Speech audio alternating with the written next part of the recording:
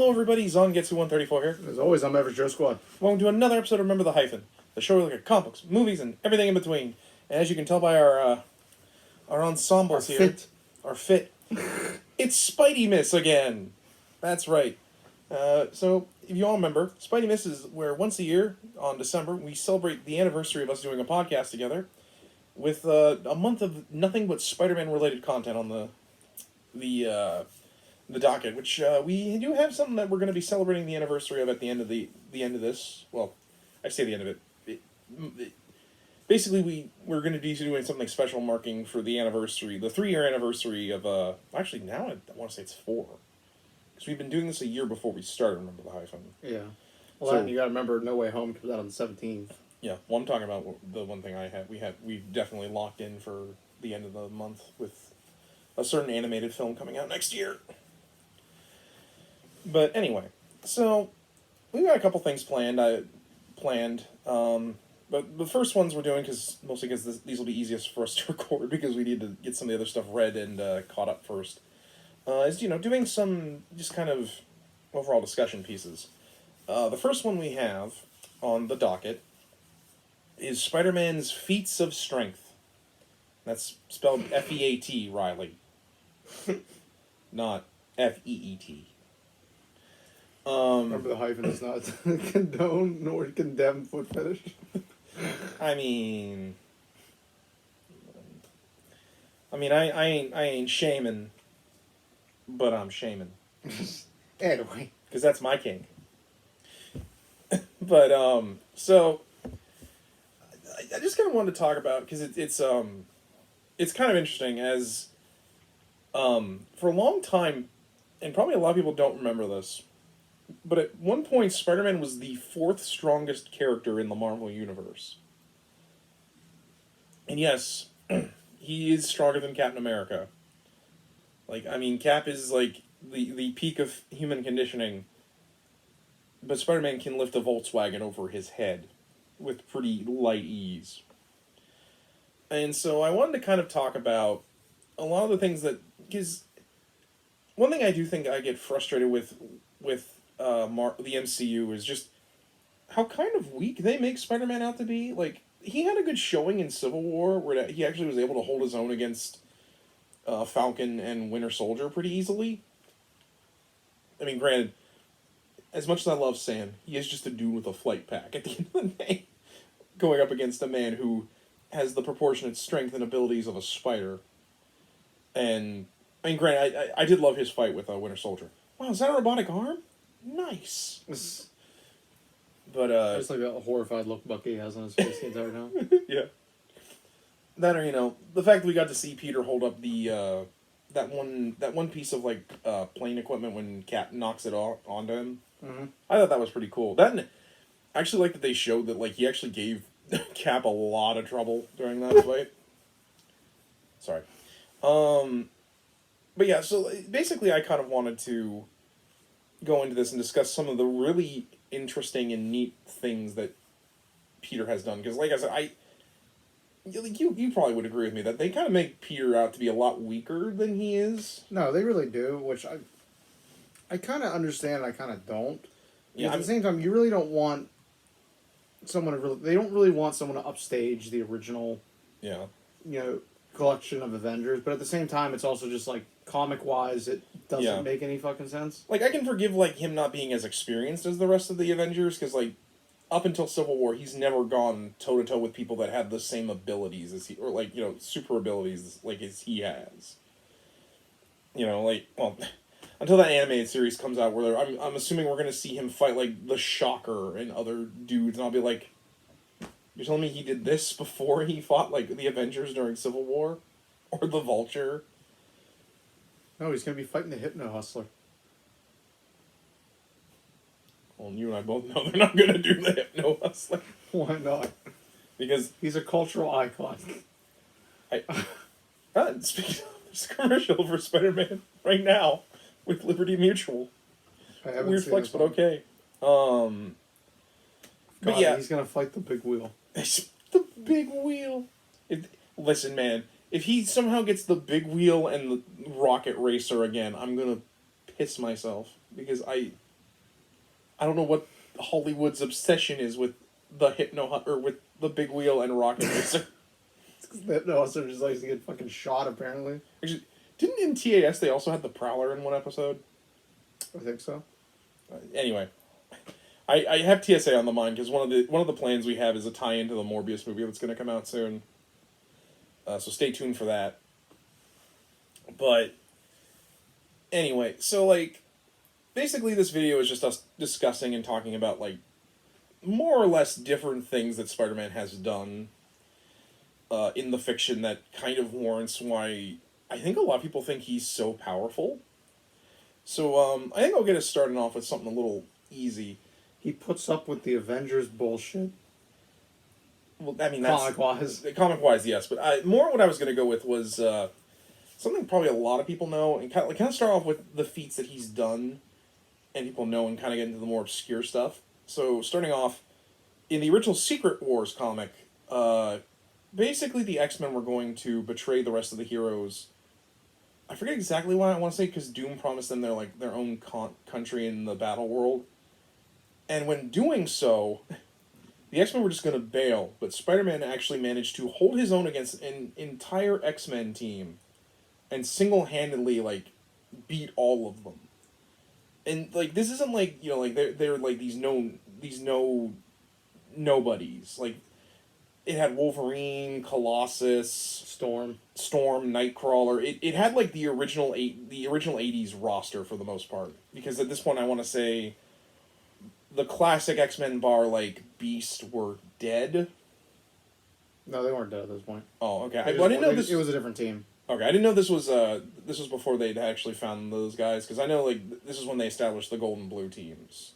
But I didn't know if, the blue team had came back yet. Or no, actually, I want to say Cyclops is the gold team leader, and... We're splitting hairs now. But anyway, but yeah, that's one of the things that I think was always really cool, is they actually showed Spider-Man being able to handle, in my opinion, the Marvel Universe team that has more prestige than the Avengers or the Fantastic Four. If only because they're more popular. But you would agree that it was pretty impressive that yeah, he and it's not like he narrowly beats him. I mean, he basically he embarrasses this entire X-Men team. Yeah, because again, these are the guys that most people have grown up with. I mean,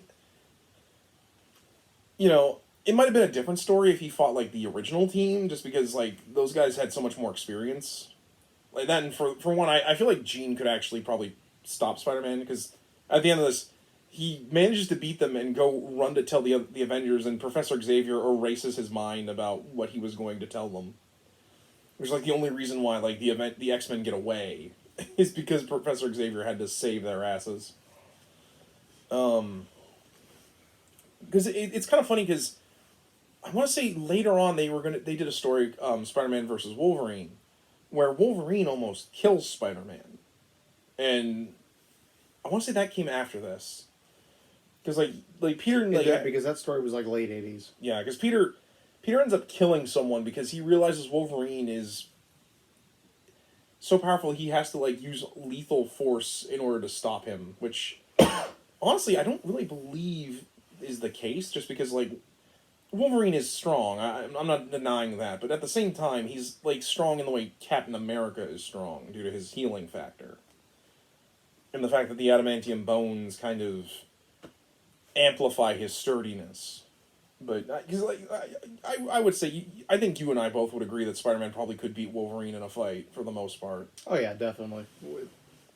Without question. Yeah, I mean, for God's sakes, he threw him through Hulk-proof glass. Yeah. But yeah, do you want to bring up any interesting feats before I bring up another one? He raised a teenage daughter that was a jock and didn't lose his fucking mind. You know what? I know you're kidding, but raising a valid point. That's a good point. Yeah, raising Mayday Parker, which is a feat in and of itself. Yeah, but no, probably the one I would bring up, it would be, shit, it just slipped my mind. The one where he beat the Herald of Galactus. Oh, Firelord. I was gonna bring that up later, but I like that. He's just sitting here fucking wailing on him. Yeah. So after the events of, again, another Secret Wars thing, after the events of Secret Wars 2, well, actually during Secret Wars 2, the Beyonder is fucking around with New York due to wanting to, like, be human. And basically all this draws the attention of, because I want to say he was Galactus's herald, but at this point he is no longer. I want to say Silver Surfer took up the herald role again, I think, at this point. Either that or there was another herald, but basically Fire Lord, much like Silver Surfer, even after he left Galactus, still has some semblance of cosmic ability in him. Because, like, this dude was, like, melting buildings and putting them back together. Like, basically, if I remember correctly, he came to Earth looking for something. And Peter more or less fought him because the dude, like, ruined his lunch, I want to say. It was something kind of dumb, and then Peter overreacted. And then, but then Firelord actually started acting like a big dick. And Peter had to fight him. And for a while, Peter was running scared, because, like, this dude is way out of Peter's weight class. Because, again, he is a former herald. He can manipulate fire, he can fly, he can, like, lift buildings with his hands. And so, basically, Peter fights this dude and wails on him, I want to say, like, 24 hours straight. He just wails on him. Just beats the ever-living fuck out like, of him. To the point where he's unconscious on the ground. The only thing that stops him is when the Avengers show up and Cap's like, "It's easy, son. You did it. You won." And then Peter passes out because he literally, like, was probably just running on just straight up adrenaline. Yeah. Because one of the things I think a lot of people don't know is Peter actually has, like, incredible stamina. Like, literally, he can, like, power nap for, like, an hour, and he can, like, go without, like, really needing to, like, stop for food or drink or rest. He also has a really insane metabolism. I remember in Revenge of the Sinister Six, there's a scene where Peter literally bought, like, 6 Whoppers, and is just scarfing them down, and MJ's like, "That's incredibly unhealthy," and Peter's like, no, it's cool. Like, my body's metabolism actually allows me to, like, burn through all these empty carbs in a way that actually is healthy for me. To say nothing of the fact that all the processed food he's eating probably still isn't good for him. Yeah. But yeah, like, that is one of the most impressive things, and so few people don't know that he did that. Well, because it's in that weird... The 80s is really a weird period for Spider-Man, just because there's some notable things that do happen, like you have McFarlane's run, Kraven's Last Hunt, arguably the start of Clone Saga, the Secret Wars. Like, there's enough stuff that does happen within the 80s period of Spider-Man, but, like... The Hobgoblin. There's also a lot of shit that's just forgettable. Yeah, I mean, that's also with, the birth of Venom and the black suit, because he actually is wearing the black suit when he fights Firelord. Because I want to say I have the Essential that has that in there. Because I know you and me have read it. But no, it's a really classic line. It's not as obscure as a lot of people know. In Marvel vs. Capcom 3, one of Spidey's victory quotes is, he brings up, I have beaten Firelord, I have beaten him. Which is actually, like I said, it's one of the coolest things he's ever done. And in that same regard, one that I know I bring up with you a lot, another diss at the X-Men. Spidey's one of the few people who's managed to take the Juggernaut on him by himself and win. So one of my favorite stories, and because it's so short, I don't think we're ever going to do a whole podcast on it, but it's a 2-issue story. It's called Spider-Man, Nothing Can Stop the Juggernaut. This was during Roger Stern's run. Yeah, Roger Stern's run. It's one of the coolest stories ever, and sadly, it's not really traded. I know it's in the Roger Stern Omnibus, but, like, it's really hard to find. I own the floppies, but I don't read them a lot because they're old as shit, and they're at least semi-valuable to me. But basically, Madam Web gets... Yeah, which already I know a lot of you are like, oh god, I'm turning this off right now. But hear me out. This is actually one of the few stories where I actually like Madam Web. And basically, Flint Marko, a.k.a... Or, not Flint Marko. Kane... I always forget. Kane Marko, a.k.a. the Juggernaut. There's a lot of Kanes and Flints. And his old friend... Could it be any more common? Yeah, and his old friend, Black Tom, are running a kidnapping thing. And basically, these bad guys want to kidnap Madam Web to use her, her mind future reading powers for some bullshit reason. And basically, Madam Web hires Peter to protect her. And at first Peter's like, okay, I'll, probably fight some thugs. And then the Juggernaut shows up. And it's a really good story because it shows just how, much resolve Peter has. There's a few times where Peter almost bails because, it's the Juggernaut. Whole teams of X-Men can oftentimes not handle the Juggernaut. Because he's unstoppable. Literally his power is he cannot be stopped. And Peter does a lot. He throws, he takes, an abandoned building and, rips, the foundation out and drops the entire building on him. He throws a tanker full of gasoline at him and it, explodes in, as the Spider-Man encyclopedia says, a fiery holocaust that would normally burn other people to... Which, it's an amazing shot where it has Juggernaut coming out of the fires and it looks so good. But Peter manages to do it by tricking the Juggernaut into going into a wet cement foundation of this building and sinking him in it. And I love it because the Juggernaut's this won't kill me.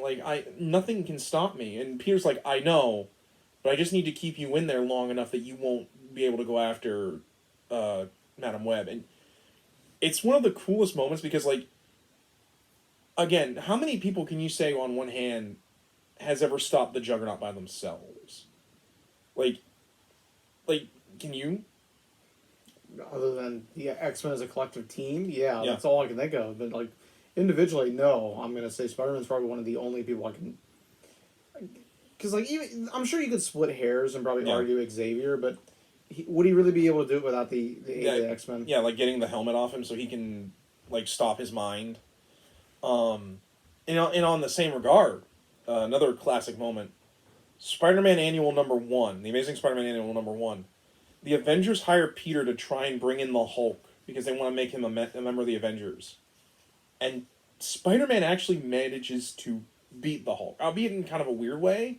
Basically, he tires the Hulk out to the point where he just gives up and turns back into Bruce. The only reason it's not really considered a win for him is because, Bruce starts talking about how, he's hunted by, everybody. So Peter feels bad for him and lets him go, not knowing the Avengers actually wanted him to capture Bruce so that they could, help him. Because it's one of the first times Peter has a chance to become an Avenger, and he turns it down, which became a running thing for up until the 2000s when someone at Marvel was like, "Hey, isn't it kind of stupid that our flagship character isn't a member of the Avengers?" And but that one's really cool because it, like I said, it's neat to see again, someone like Spider-Man stop the Hulk. The only other person I've seen that has even the same street level as him would be Daredevil, and even then Daredevil gets his ass beat so bad he's put in the hospital for 6 months with a broken arm and all these broken ribs and shit. I just think it's kind of funny how back in the day Peter was allowed to fight the Juggernaut or the Hulk and actually win. You got any? Like I said, the one that really this is a really iconic one. So I don't even know. I almost feel like it's cheating to bring this one up. Feel free to. From the final chapter, where he's lifting all the machinery up off of that iconic shot. The one that they mimicked in the Master Planner one, right? Yeah. That was so iconic they used it in Homecoming. That's what I just said. Yeah. Yeah, it's that one really springs to mind because I know a lot of people love that shot. It's a really iconic one. The only problem with that shot is that they've done that so many times where it's almost it's lost its impact. Yeah, it's almost the same as someone's falling off the bridge. I can't let it happen again. But to give you an idea, what Colton's talking about, this was in Amazing. I can't remember the number, but it's in the 30s because I have the essential that has it in it. But basically, Dr. Octopus is pretending to be this villain known as the Master Planner, which I love when they actually reference the Master Planner, because I want to say they, I don't like the story. I know that in Superior they reference the Master Planner. There's a couple of times they reference it. Spectacular Spider-Man the Animated Show actually did the Master Planner storyline. But basically, he steals this chemical this isotope, which Peter needs because Aunt May is dying once again. This time because Peter had to give her a blood transfusion, forgetting, of course, that he has radioactive material in his body, which again doesn't really make sense because if Peter had radioactive material in his blood, he would probably be killing people left, right, and center. But it was the '60s; they didn't know what radiation did. Yeah. Basically, this is still the period where the origin was considered he was at an open air radiation experiment, which that ain't aged well at all. No. Which is why, like, more often than not, they just use the origin from the Raimi film where it was a genetically bred super spider at ESU. But regardless, at the end of that, Peter and Doc Ock, of course, have this big fight in his underwater lair because, no one notices a giant underwater lair being built in next to Manhattan. Yeah. Could it be any more common? Yeah, any more conspicuous. But in fact, I want to say that's the same fight where I'm thinking of. Actually, I've got one that'll be pretty good. Basically, Peter manages to beat Ock, but due to the fight, the building collapses and Ock gets away, and Peter is left buried under rubble. And Peter, of course, is meanwhile, water's leaking, and eventually the whole thing is going to just give way and flood, and he'll die. And Peter's trying to get off, and at first he can't get it because he's like, I'm too weak. I've been fighting for days, and basically he's just about ready to give up. He even sees the isotope he needs to rescue Aunt May, and it's literally only 2 feet away, but he can't get it. And at first he's gonna give up, and then he remembers Aunt May is dying, and he'll never see Betty again because this is when he was still. And he musters just enough strength to lift that giant ceiling off of him and get away, which also leads into him fighting a bunch of mobsters half dead, and I love that because he fights and he's eventually he knocks all of them out and he's just punching air. He's oh, I did it. I didn't realize they were all knocked out because I just swung. But no, that is an iconic moment with Spider-Man, and it's one of the coolest moments. Which I want to say also they did with the end of the Clone Saga, because I want to say, doesn't the bugle get damaged to the point where it's starting to fall apart and Peter has to hold the bugle up? Or am I thinking I think you're thinking of a different one, but I could be wrong. But there's one time where the entire Daily Bugle is falling apart and Peter has to hold the Daily Bugle up because we have to show how much of a badass Peter is by doing stuff like that. But yeah, I will admit that was a really, really well done moment. What are your feelings on the Homecoming version of that? It was okay. Much like the rest of Homecoming, it left me rather underwhelmed. That's fair. I know I might get some hate for that, but Homecoming for me is just a very underwhelming film. For me, the frustration of that is more because he does it because he sees the Spider-Man mask and he's like, if I can do this because I'm Spider-Man, not because people are counting on me or I just have to do it. Yeah. But like I said, it was a fine moment. But there's a lot of underwhelming moments for that. In that same regard, the first anytime Peter has whooped the Sinister Six by himself. Yeah, that's fair. Which I actually have an original Sinister Six issue, the original first appearance. Because I will admit later on they kept making it that Peter would need help fighting the Sinister Six, but I always loved especially the first time when they all fought him one-on-one and Peter just proceeds to beat all of their asses. Doc Ock even throws him and Spider-Man into a tank of water and he has scuba gear and he still loses to Spider-Man. It's one of my favorite things is just watching him beat the Sinister Six's ass. It's so satisfying. Yeah. Which I think at the end of the day, that's really one of the marks of a true good Spider-Man comic, is that it leaves you entertained and satisfied as a reader. Yeah. And granted, the original Sinister Six, had, Kraven and the Vulture as members, but even still, they were pretty credible, because, Kraven sicks a couple of actual lions on Peter first, then tries to whoop on him. Vulture kind of tries to win, but, Does Vulture stuff.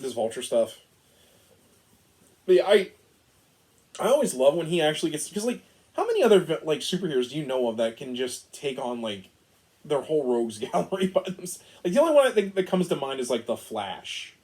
When, like, the rogues actually come together and try killing him. Batman. Yeah, Batman, yeah. Oh, yeah, from, like, from Long Halloween, where he just... Yeah. shoots everybody. My favorite being that he just keeps the thing of brass knuckles for Joker so he can punch his teeth out. But yeah, no, yeah. Do you have any Sinister Six moments you want to talk about, or? Like I said, I think probably the best are that first one. Yeah. That's the one that really stands out to me, that just they all came together, which you would think it would have been like a completely unfair fight against Spider-Man, but it's like the opposite way around, which I think is just fucking like awesome. Yeah. In that sense. Another one would probably be. They kind of have the same kind of vibe with the PS4 game when they do the Sinister Six, their version of it.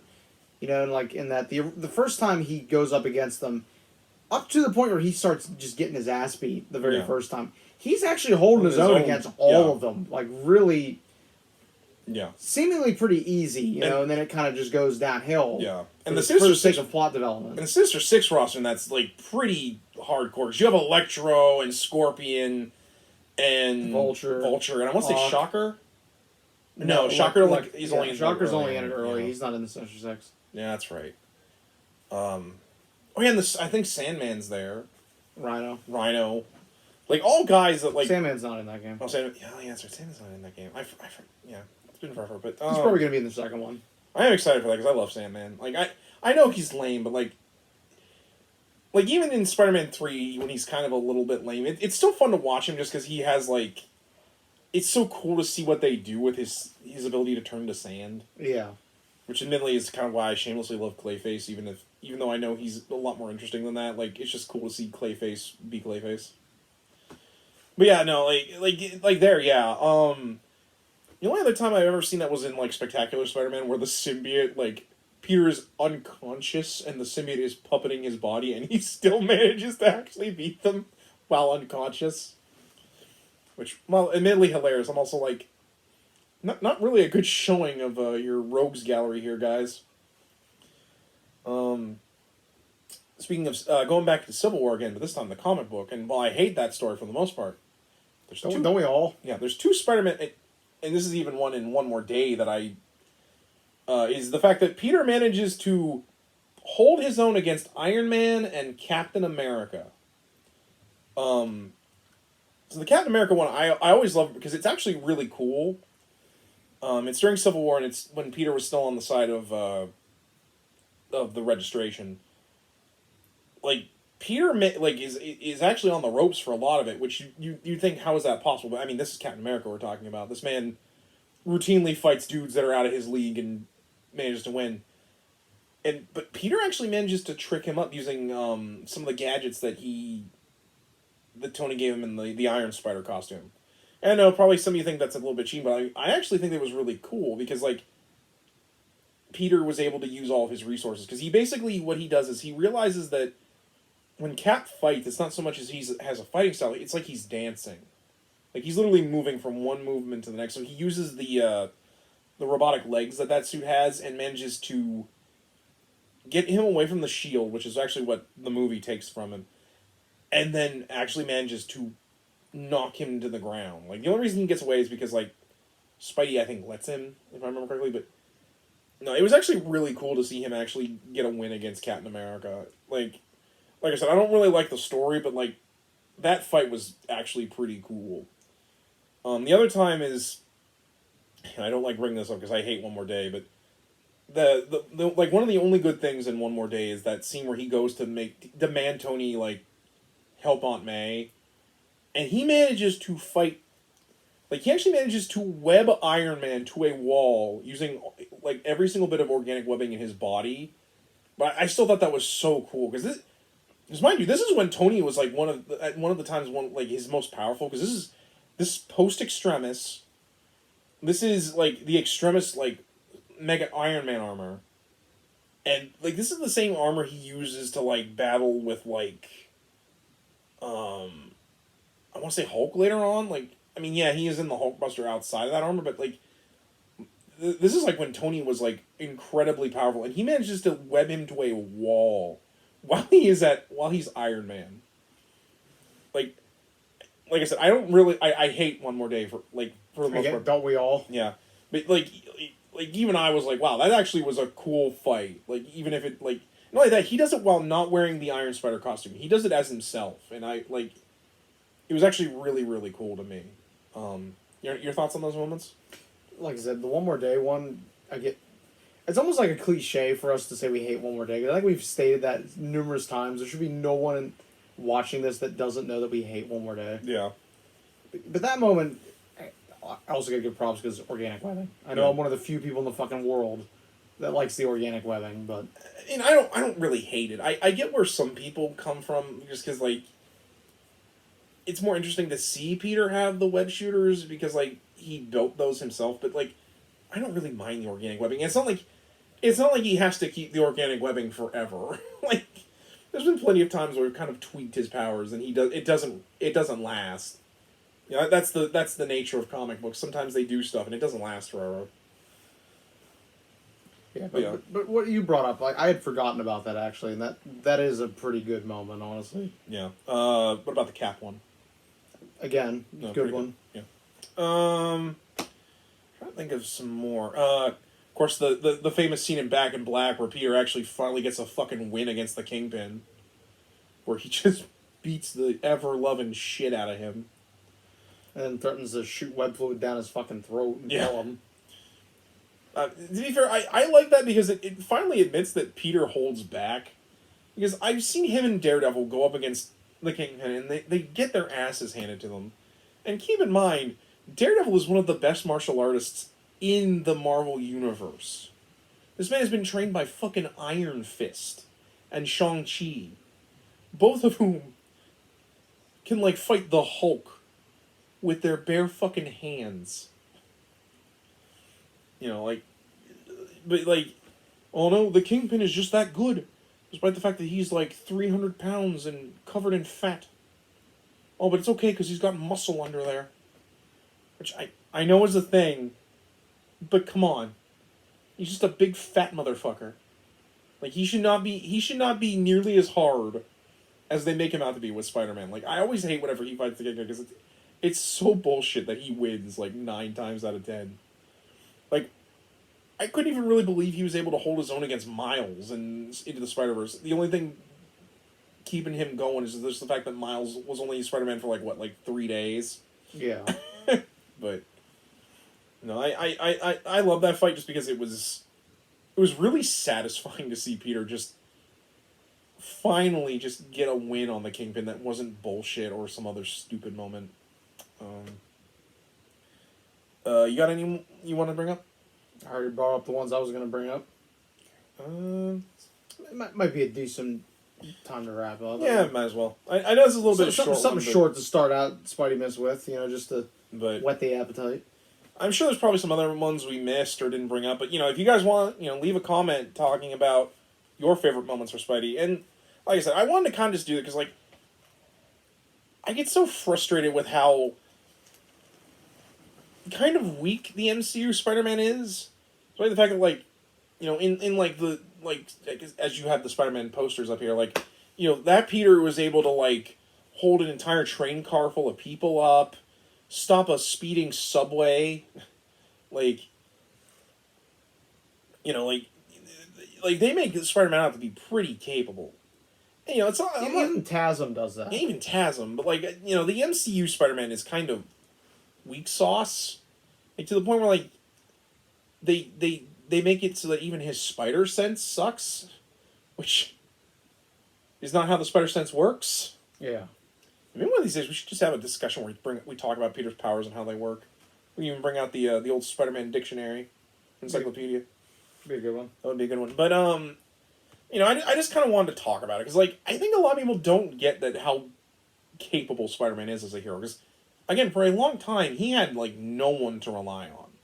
He was the loner superhero. You have any closing thoughts before we? Because I think the ones we brought up really just kind of showcase the power Spider-Man's gotten. It's almost kind of frustrating to see them kind of gradually over time started to kind of either like dim it down and compare, but whether by just having other characters kind of become more powerful or through like I don't know like some editorial type mandates where they don't want them to overshadow some of the other people. So Which to be fair, it's rather frustrating. I do agree in some ways because I don't want him to like always be able to beat guys like the Hulk, but like it's kind of cool to see him do these amazing things in spite of not really having the most amazing power. Well, okay, his power set's pretty cool, but like, it's not like he's like Thor where he's bringing down not having the most OP. Yeah, not the most OP abilities. And some of the feats I brought up, he didn't just win because of his powers. He won because he was clever, or he thought of an ingenious way to fight the foe that no one ever thought about doing. But I guess it's cool that, Spider-Man can just, kill someone with a drone, But that was one of those memes, like No Way Home, the villains from the Raimi and TASM movies trying to fight Peter, and all of a sudden they get murdered by a fucking drone. Yeah. But, anyway, guys, like I said, I just wanted to talk about Spider-Man, because I think it's no surprise. He's our favorite hero. We just wanted to give our boy a little respect. So, let's hear it for our boy in those comments. And stay tuned for more Spidey-Miss, guys. But until then, I'm Zargetsu134. And I'm Member Joe Squad. And as always, we ask you to remember the hyphen. and take care. Flip.